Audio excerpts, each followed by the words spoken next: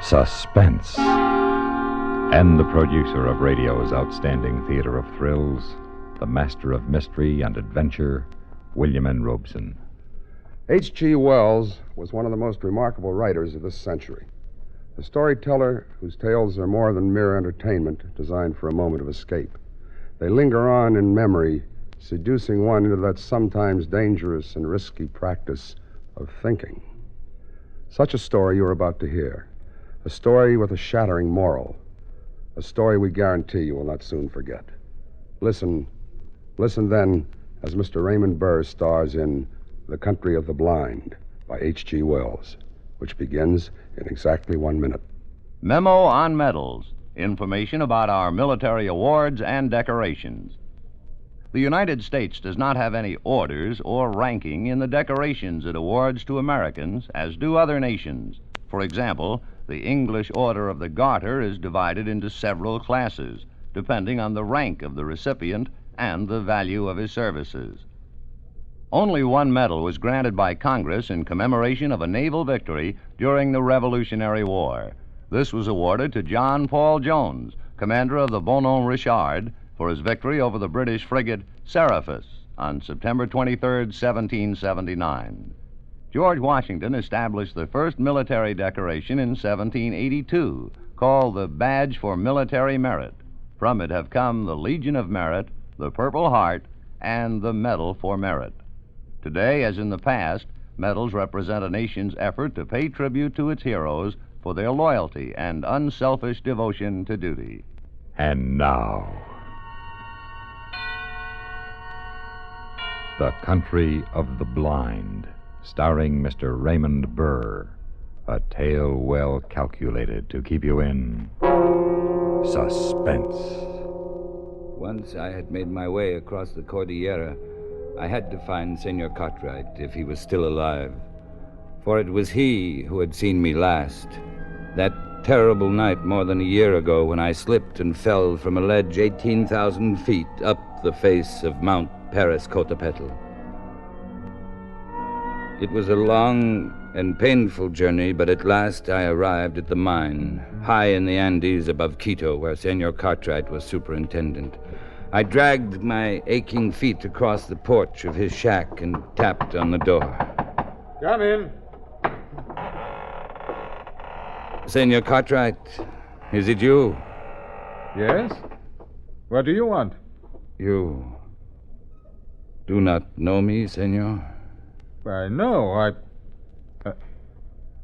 You look like a man I knew once, but he is dead? Dead on the slopes of Paris-Cotepetl? Nunez, the guide. Why, no, it couldn't be. Nunez, the guide, si, senor. That is what I was called. But you fell. I saw you fall. Yes.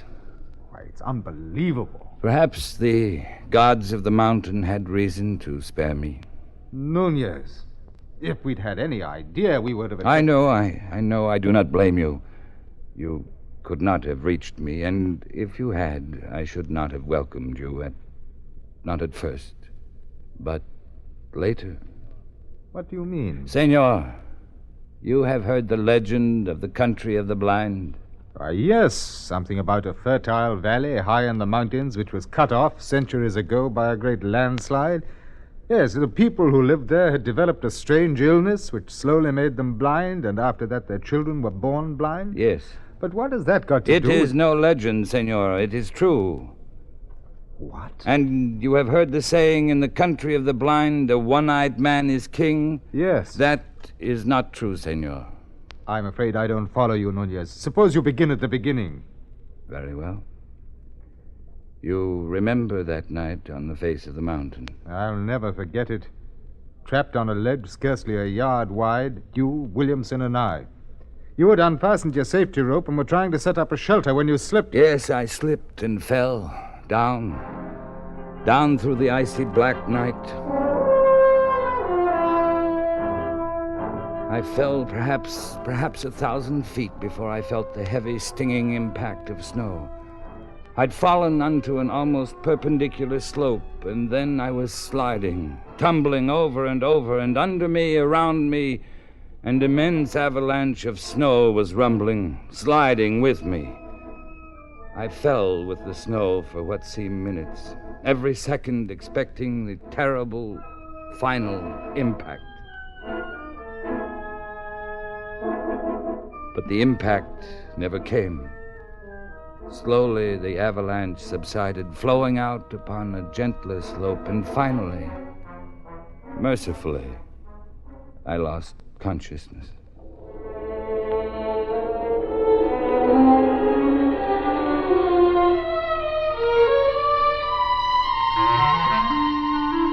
When I awoke, it was morning. My clothes were torn. I was bruised and bleeding. I ached in every muscle, but I had not one single broken bone. I lay there and offered up a prayer of thanksgiving to the gods of the mountain.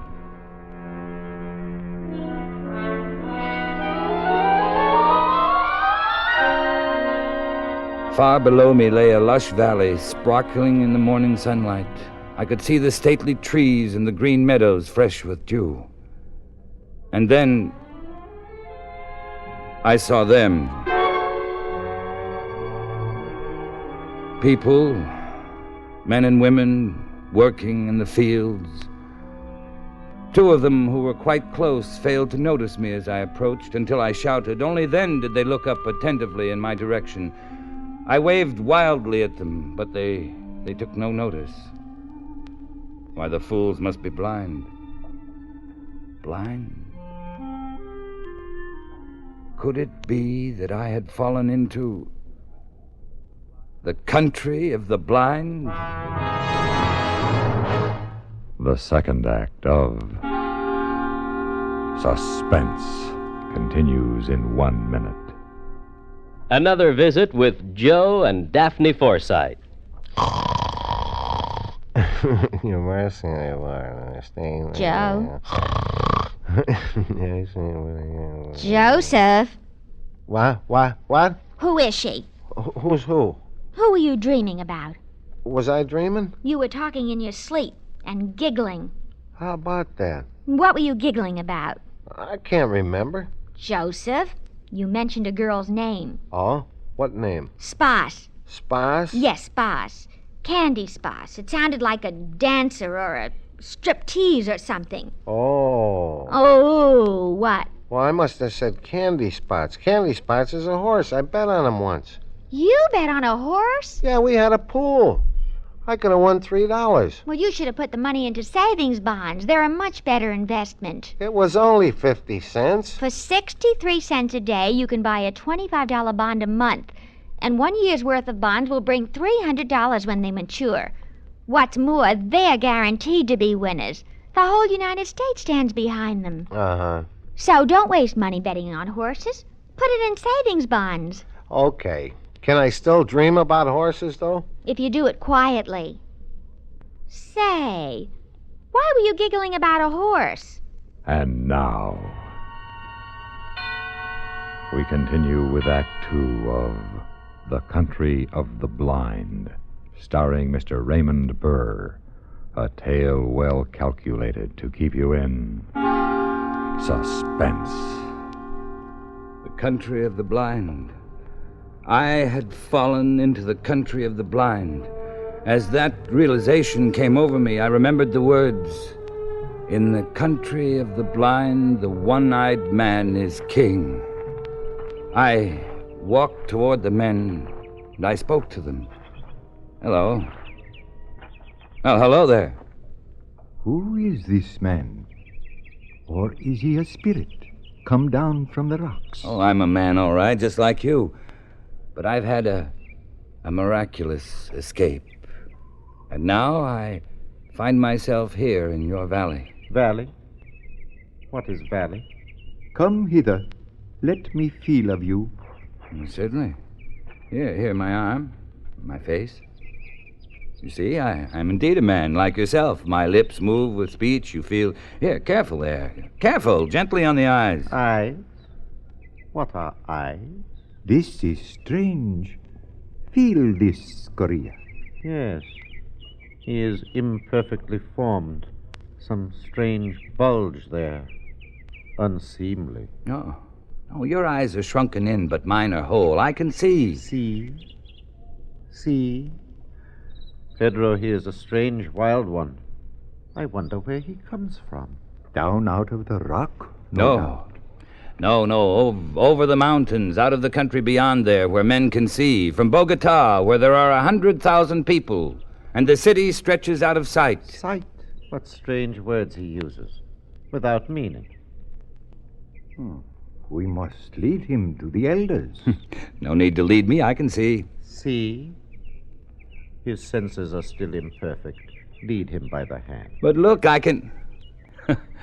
Oh, well, all right.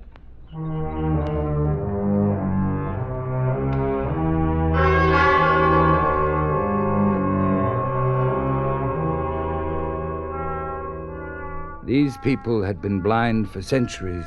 They'd forgotten even the words associated with seeing. They did not know what sight was, and they thought me an idiot, only half-formed. Especially when they led me into the pitch blackness of one of their windowless huts, and I stumbled over some... Oh. 1,000 pardons, Medina Sarote. He is a clumsy one. I'm sorry I fell down. I could not see in the darkness. Who is this? And what is he saying? He is but newly formed. He has come down from the rocks. He stumbles as he walks, and mingles words that mean nothing with his speech. He is a wild man out of the rocks. No, I come from Bogota, over the mountains. You hear? Bogota. He uses wild words. That must be his name, Bogota. He stumbled twice as we came hither. He must be taught. No, you don't understand. I can see, but not in the dark. To you, darkness or light, it's all the same. But to me, to us who can see, to us outside in the world beyond the mountains... Mountains? What are mountains? Very well, then, beyond the rocks. There is nothing beyond the rocks. That is the end of the world. But surely you must realize the sky above covers more than this valley. Sky? Above? There is nothing above but the roof of rock. He is very raw, my children. He shall have to be taught from the beginning. Take him away. Feed him. It shall be done. But guide him. See that he does not stumble over my daughter again. I shall guide him myself, Father. And feed him. Very well. Come, take my hand. Yeah, thank you. It will be a pleasure to get outside again, out of this darkness. Come this way. What is your name? Medina Sarote. Mine is Juan Nunez. And... sunlight. This is better. Now I may look at you. Senorita. You are beautiful. I have not the words to tell you what a wonderful thing you are to see.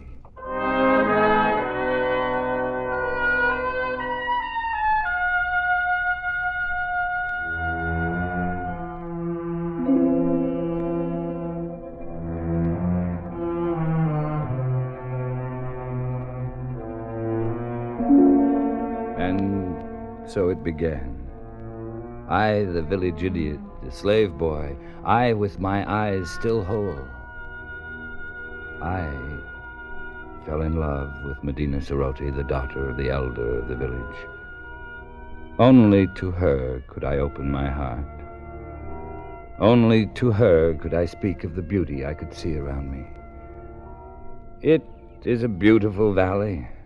Green with grass and yellow with sunlight and flowers, bright flowers dotting the hills. And I. You said I was beautiful, too? Yes, Medina Sarote. Yes, you are most beautiful. It means something nice. Something very nice. Medina Sarote, why is it you have no husband? I have a disfigurement. These long hairs. Your eyelashes? But they are beautiful.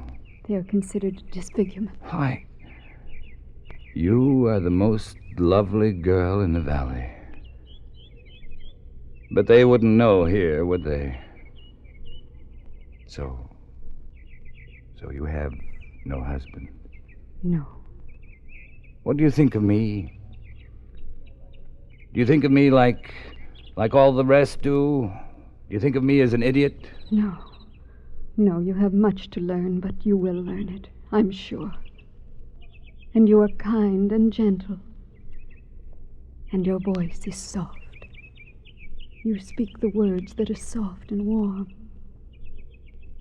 No one has ever spoken such words to me. I shall speak them often. Medina Ceroti,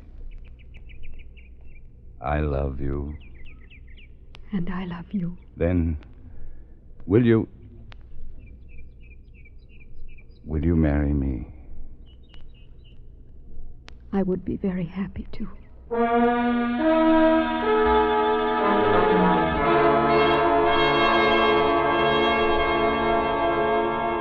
No, no, no, no. I will not have it. But, Father... He is an idiot. He has delusions. He cannot do anything right. But he is getting better. He's better than he was. And he is strong and kind, stronger and kinder than anyone in the world. And he loves me. And I love him. No, I will not have it. Great sire, if you please. Yes, what is it, good doctor? I have examined Bogota, and the case is clear to me. I think very probably he might be cured. And how might that be done? His brain is affected by something. I believe I know what it is. Those queer things he calls eyes. Where we have but an agreeable depression, he has great lumps. Consequently, his brain is in a constant state of irritation. But what can be done to cure him? It is a very simple surgical operation. Remove the cause of the irritation. We will merely cut out those things he calls eyes.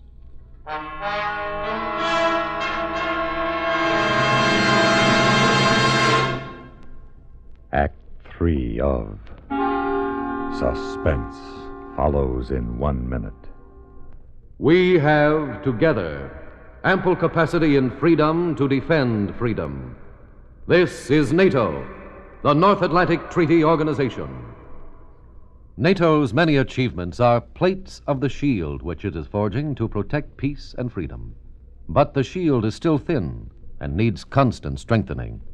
True, NATO forces in Europe cause any potential aggressor to exercise caution, but these forces are insufficient to remove all threat of attack. As NATO forces grow, so do hopes of world peace. The United States of America is a part of NATO. You should be aware of and alert to the objectives and programs of the North Atlantic Treaty Organization. And now, we continue with Act 3 of The Country of the Blind, starring Mr. Raymond Burr.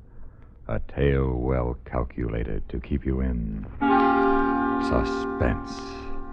This, then, was the price of my happiness. To marry Medina Ceroti, I must give up my eyes and never see her again. But they say it will make you well, my beloved. You don't understand, Medina Ceroti. There are so many beautiful things to see in the world. The flowers, the far sky with its drifting clouds, the sunsets, the stars, and you, just to see you. I would never see you again. You will never regret it, my dearest one. My dearest with a tender voice. Medina. Be brave. Carry my voice in your heart. And tomorrow... Yes? Tomorrow will be forever.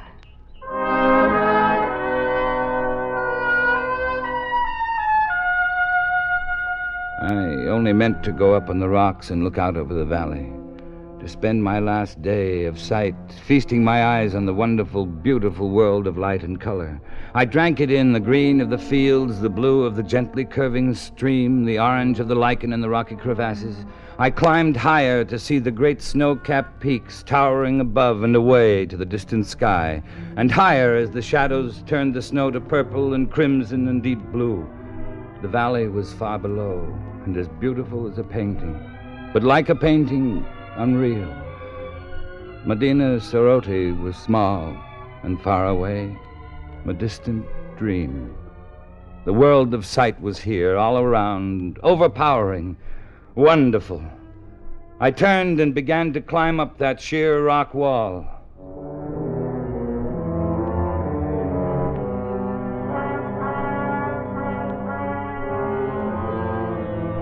How many months it took me to make my way out over those mountains, over glaciers and snowfields and sheer precipices, I cannot guess. How I lived through the cold and the hunger of it, I cannot tell you. But I'm here at last, back from the country of the blind. Good heavens, man. What a terrible experience. Terrible and wonderful. But you aren't sorry you came back? Sorry? I see her face clearly now. It is the only thing I do see. Nunez, you are... Yes. The gods of the mountain have had their revenge. Those months of crawling over the snow and ice with the sun glaring down. Yes. Yes. I'm blind.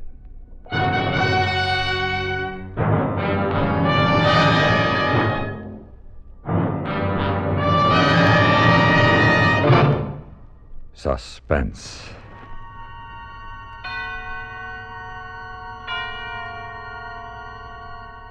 In which Mr. Raymond Burr starred in William N. Robeson's production of The Country of the Blind, written by H.G. Wells and adapted for radio by John Dunkel.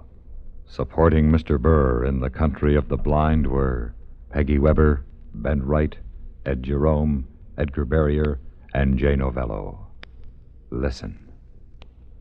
Listen again next week, when we return with another tale well calculated to keep you in suspense.